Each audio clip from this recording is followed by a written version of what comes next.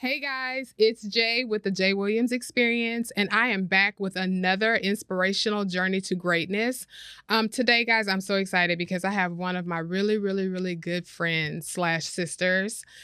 She is an author. She is a speaker. She is amazing in everything she does. She is the author of Ladies, Love Yourselves First. That's Happiness. I'd like to introduce you to Cathy CADORI Marshall. Hi. Hey. Hey, sister. How are you? I'm good. I'm always good. Yes, right? Yes. I'm so excited you're here. Thank you. I'm I'm so excited to you're be here. Oh my God, this has been a long time coming. Yes, it has been. Yes, Yeah. guys, we have known each other for a few years and we are just so connected Very connected. because we have so much in common. Mhm. And we really do. We love people. Yeah. We love to serve, and we treat people the way we want to be treated. Exactly. And that is one of the things that I think one of the many things that has connected us, because we have a true understanding of what that is and what that looks like. Yes, we do. Yeah. So I want to just jump right on in the conversation. Okay, let's do it. Let's do it. Okay. So again, this is her amazing book, guys. I bought this a few years ago, and let me tell you, and you do also have she has a workbook also that goes with this. Mm-hmm. But let's talk about your book. Ladies, love yourselves first. That's happiness. I love that. That is a motto right there. Okay. Mm-hmm. So tell me about the book. So the book, I ended up writing the book after a very painful divorce. I was divorced after a 24-year marriage, which turned out to be a narcissist, but went through all those emotional ups and downs. So after about a year or so of therapy, I've always been a writer, but I had never published anything. So after that, I ended up putting pen to paper and came up with that book. And I thought it was so valid because not only for my situation, but so many women that I know personally and professionally. I'm a registered nurse of almost 30 years. I've met so many women on my journey, and they're always like lacking, like putting themselves last, like not thinking about their happiness. They're either trying to please friends or a spouse or a mate or children. And the happiness comes from within. It comes from you.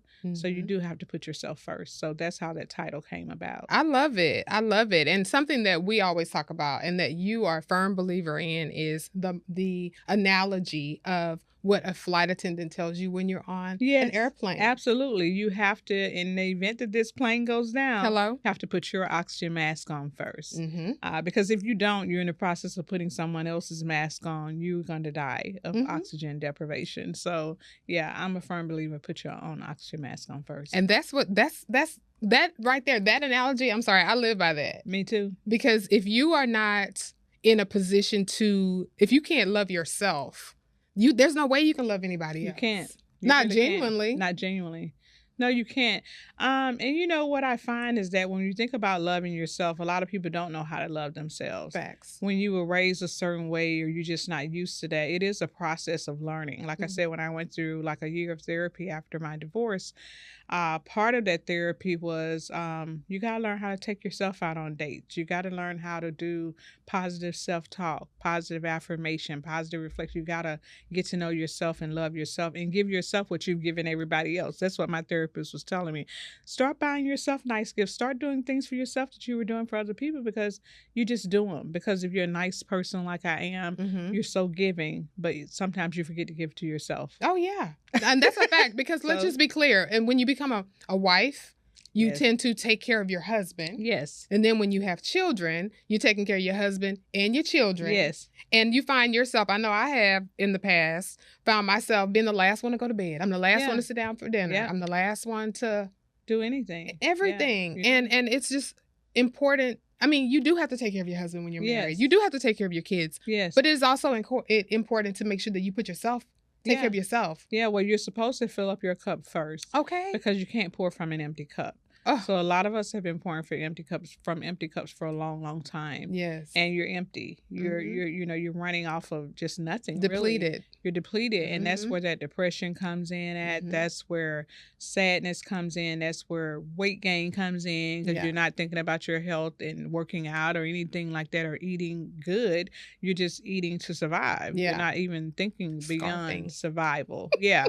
So all those self-care type things, get put to the wayside because we get so busy with doing everything else. And then don't leave out jobs because most women, we are not only a wife or mother, we have jobs, you know, so by the time you cross off everything else on the list, you didn't put yourself on the list. Yeah. Now you're not on anybody's list. Yeah. So and then you're running on an empty tank. Yeah, empty tank. And then you wonder why. I mean, let me tell you, I have experienced that personally, where I have given so much because I'm just a giver, just naturally.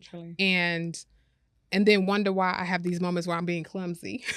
And I'm laughing, but I mean, seriously, like I've actually broken bones being clumsy. Like I have literally done some things in the past, and it's like, okay, get yourself together, girl.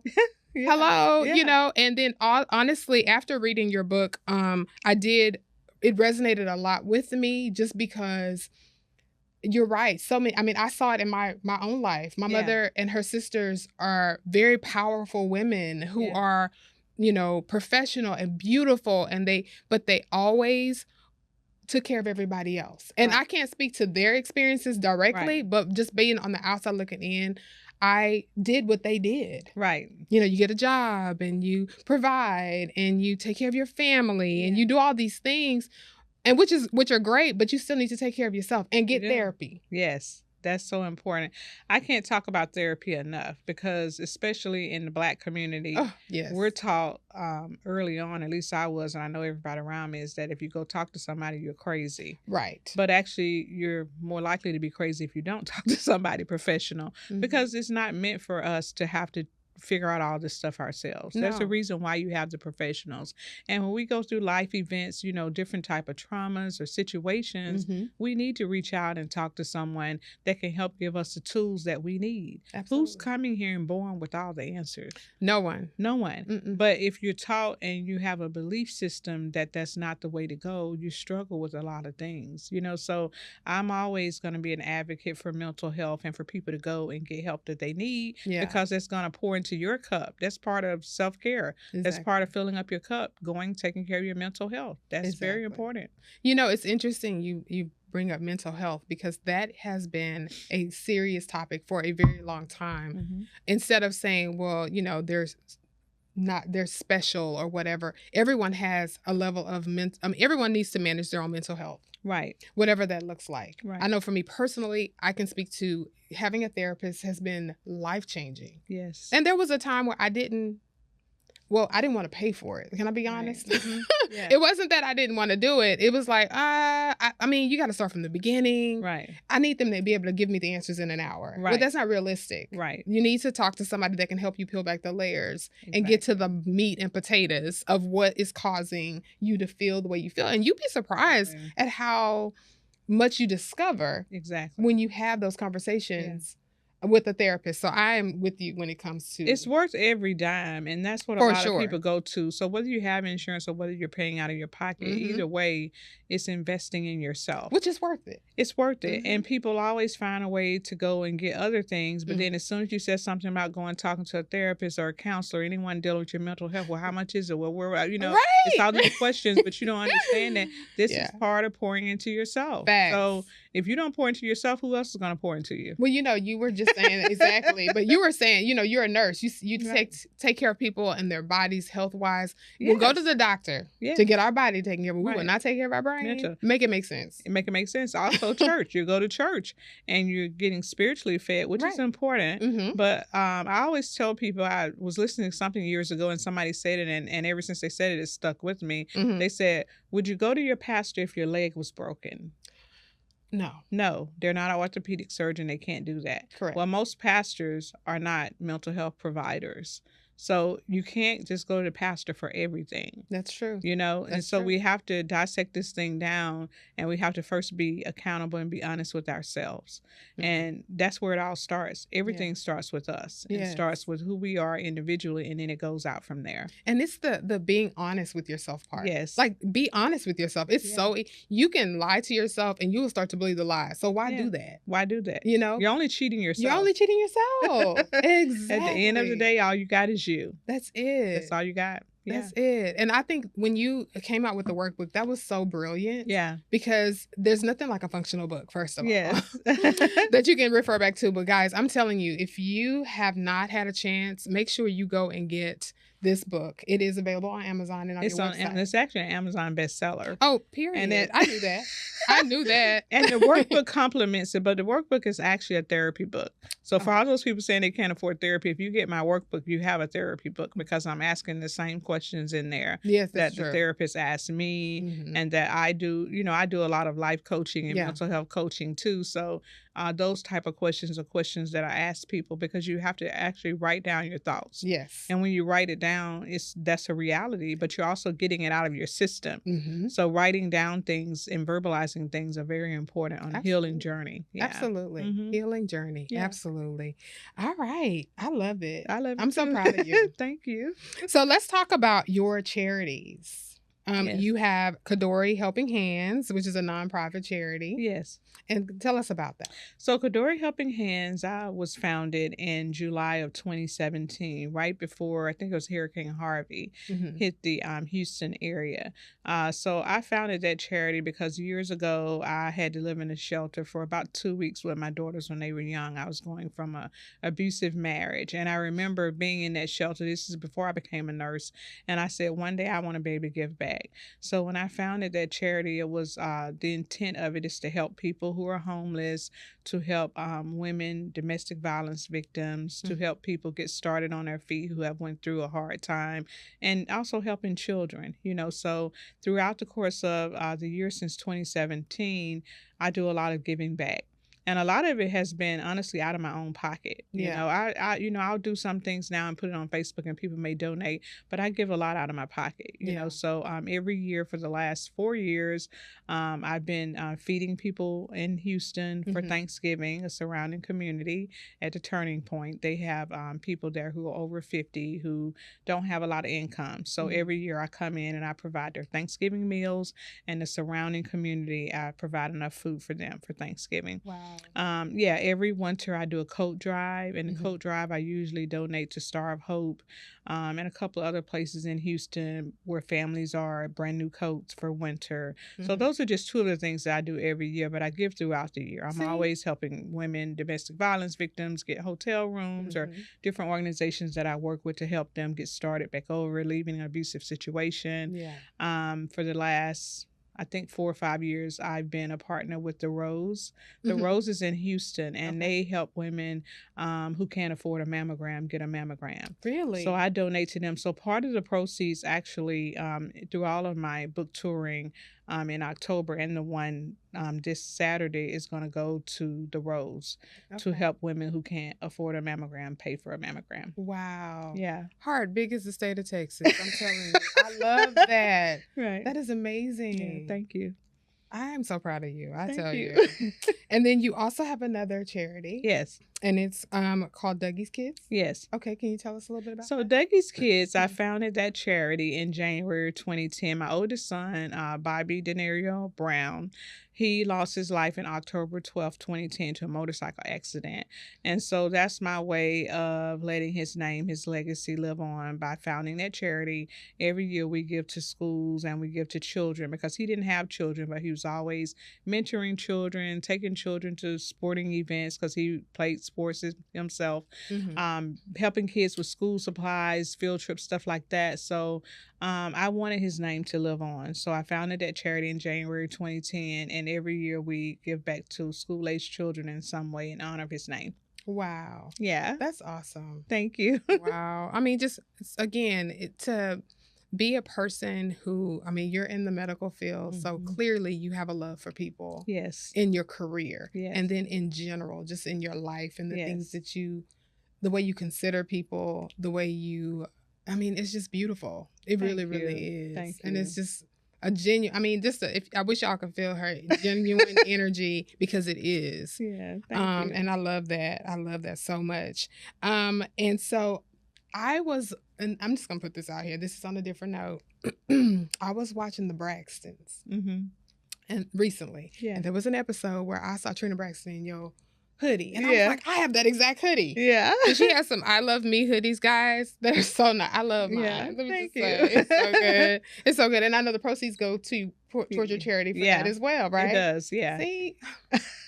Wow. I love it. I love it. So your next move is your book tour. Yes. CADORI is hosting a Meet the Author exclusive book tour. Yes. Coming to a city near you. This coming Saturday will be the first. Yes, this is the first. The first one? Okay. Yeah. Okay. Yeah. Okay. So Houston, I started out in July with Houston, and then some things happened and we had to change the date. Mm-hmm. And so it was going to be another city, and then something happened there. So it ended up coming back to Houston. So Houston's going to be the first city. Yeah. You know, I'm a suburban Houstonian now. So it's only fitting that it's here first. Yeah. Yeah. So yeah, it's going to be this Saturday at the Papados, Royal Oaks location off Westheimer.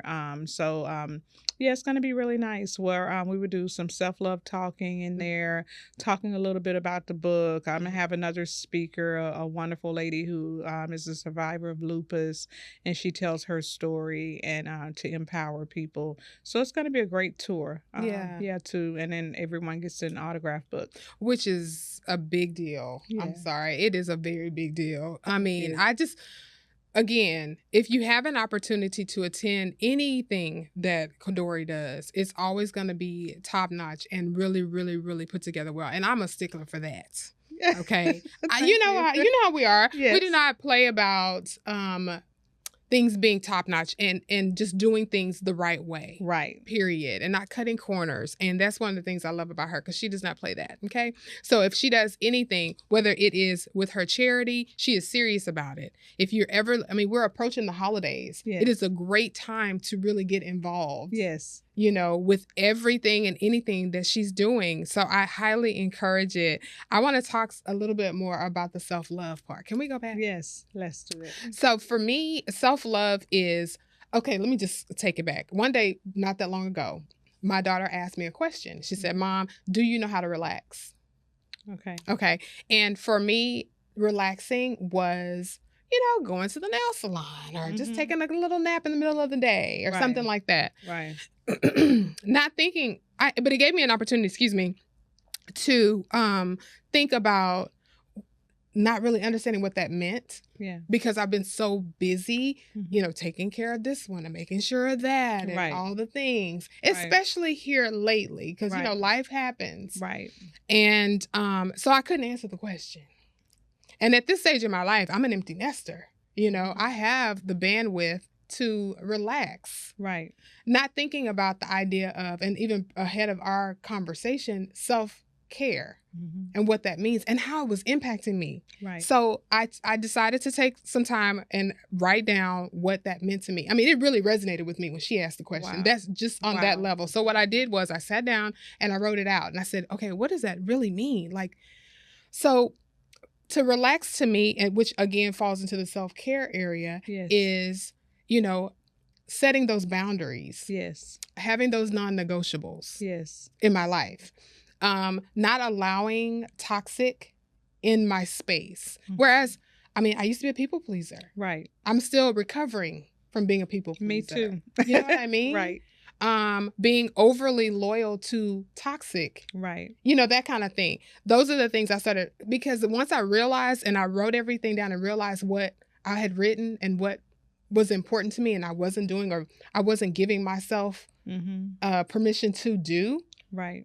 Really resonated with me in that moment, and I said, okay, I'm changing some things. So now I live by, I'm setting boundaries. No, they're not going to be popular. Right. That's a form of self-care for me. Exactly. Having those non-negotiables when it comes to anything, really. If it's something relational, if it's something professional, if it's something that doesn't fall in line with what is going to bring value to me. Right.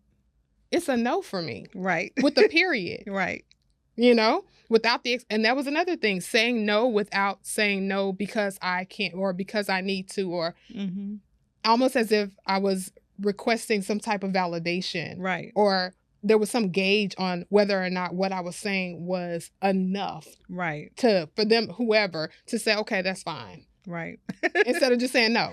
Right. And that's moving right. on. That's it. That's it. You know what I mean? Oh, so that was exactly a huge self-care moment for me. And I'm so grateful. Even phone conversations. Girl, let me tell you, I allow a certain amount, depending on the person, my parameters are small. So I'll give you a good 9 minutes. And I don't know why I say 9, but it's true. And then once the conversation starts to go a different direction, typically when it's family, it may go a different direction than where I want it to go. And maybe it's I'm coming from work and I need to just decompress. Right. I take the time to say, okay, all right.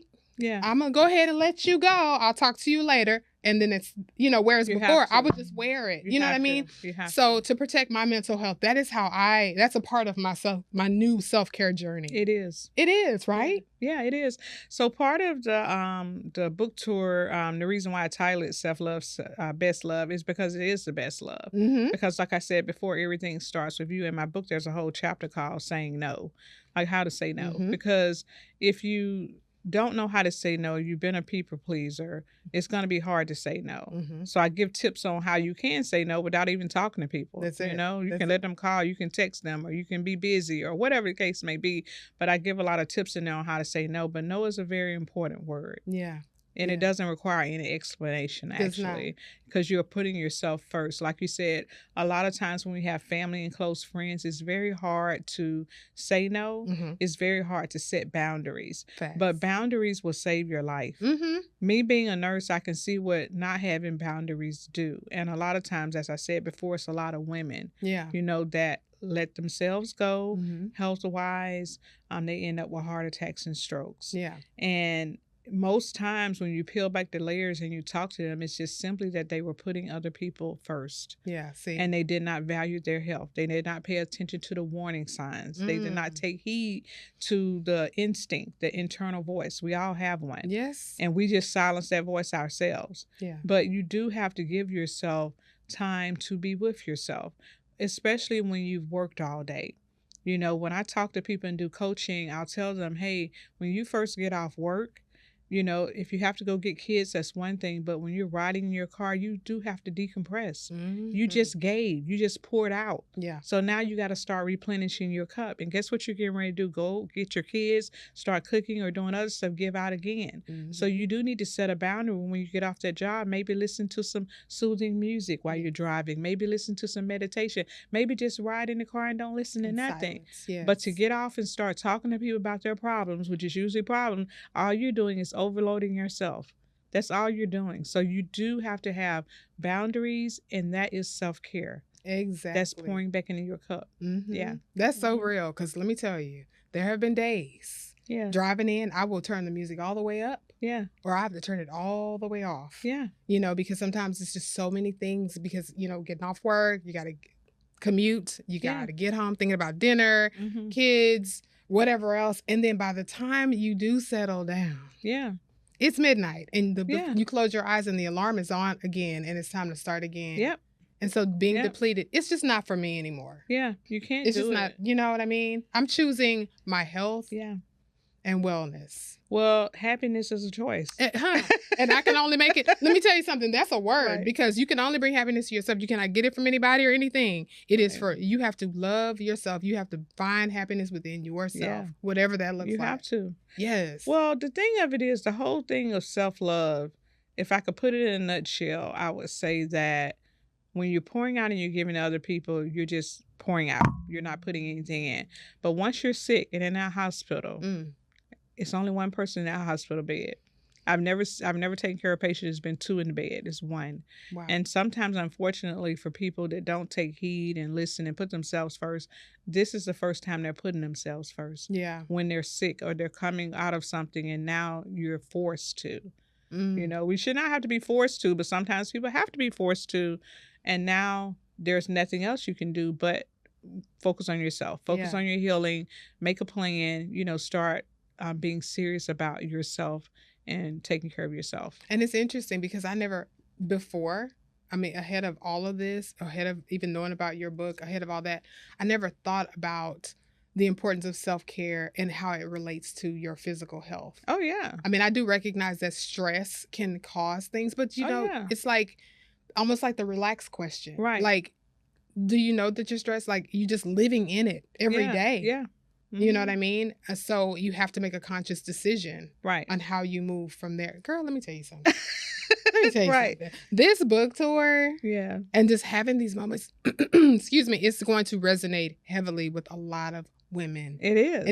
It is so right on time. It's right on time. Especially ahead of the holidays and the hustle and bustle that comes with that. Yeah. Because let me just be honest, this year has flown. It has flown by. And there's just been so many things. Like people are always saying life is lifing. That is true. It is. And how are you coping? You know what I mean? Mm-hmm. And just to sit and hear how they need to find happiness, how we all need to find happiness within ourselves and living ourselves first. Girl, I'm here for it. I'm so excited. I'm so excited to be a part. I'm excited to be there. I will be there. I cannot wait. Well, thank you for always supporting and being so loving and kind. Oh, of course. And our energies just always attracted each other. Always. And I'm so thankful for it because it's just prayers that are answered. Because I've always prayed to God. Because by me being a giver, people take advantage of that. Yes. And I have my power now, though. So I'm still sweet and kind, but I still just will say no. I won't do certain things I did before. I don't let people use me again. Period. I'm very strategic with how I move and who I pour into and things like that now that I didn't do before. Yeah. But it doesn't leave you feeling good. When you're a giver and you're a people pleaser, you're the one that end up hurting at the end of the day because you're thinking about all these people that you poured into, and most of these people wouldn't even give you the time of day if you needed them.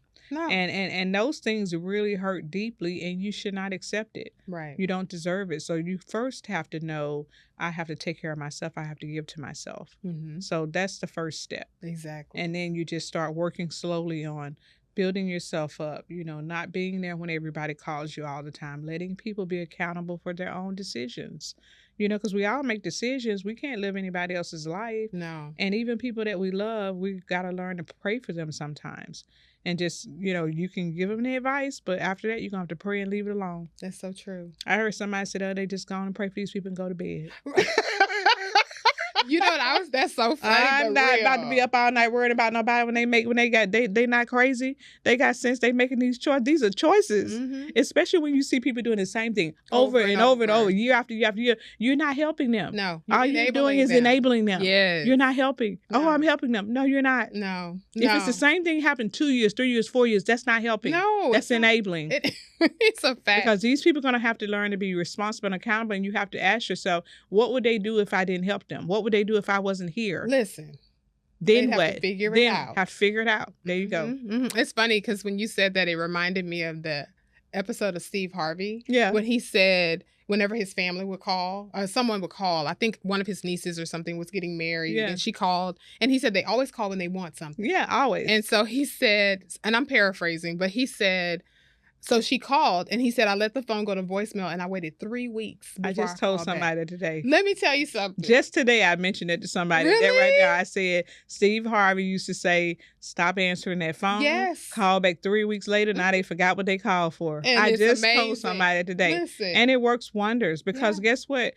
People know what they're doing. Mm-hmm. And if you really are honest with yourself, some people, whether they're family or not, only call when they want something. Exactly. They're not calling to see how you're doing. No. They don't know if you're dead or alive. They don't know if you ate today. They don't know if you're sick, if you're dealing with something. Mm-hmm. They're just calling for what they want. Mm-hmm. Mm-hmm. And that's not how it's supposed to be. So you got to change that. Exactly. I am a firm believer. I experienced that recently, and it's like, that's, you just need something. You have a question about something you saw me do, right? And now you want this information, right? But I haven't heard from you, and I haven't heard from you since, right? Isn't that crazy? See? It's crazy. It's amazing, and it'll keep happening unless you change it. It's a no for me. I learned my lesson. It's a hard no for me. A hard no. Yes. Yeah, there you go. Yeah. That's it. That's true. So let's let all the viewers know how they can find you. Okay, there's a few ways you can find me. All of my social media is CADORI brand, CADORI brand. My website that has all of my information on there is CADORI.net. That's CADORI.net. All of the book tours are listed there. You can go on there and there's links to the tickets. Some of the tickets are on Eventbrite and some of them are on the website depending on what city. My I Love Me hoodies are there. I Love Me t-shirts. Yes. I also have sponsorship packages for people who want to sponsor to help with all the great things that I do. They are listed on the website. Oh, I love that. Yeah, I love they're that listed as sponsorship packages. Oh, yeah. yes. Uh-huh. Yes, get those corporate sponsors etc. Please. Yes. Yes. I love Yes. that. Oh my gosh. I love that. Well, I'm super excited about the book tour. It is going to sell out. It's going to be Thank amazing. And you. it's just going to keep growing and growing and growing. Yes. You are amazing. Thank you. You are too. phenomenal. You really are beautiful inside and out. Thank you, Jenny. Period. It's true. It's true. It's and true for you too. Oh, thank I you. love you. I love you too. So much. You are special Yes. place in my heart. You do. You really do. Thank you. You really do, guys. Get to know CADORI, guys. She is amazing. And again, make sure you go and follow her. Y'all get your tickets for her book tour. Make sure you go and purchase her book. And I want to thank you all for watching. Don't forget to watch and subscribe to the J. Williams Experience podcast on YouTube. Until next time, peace.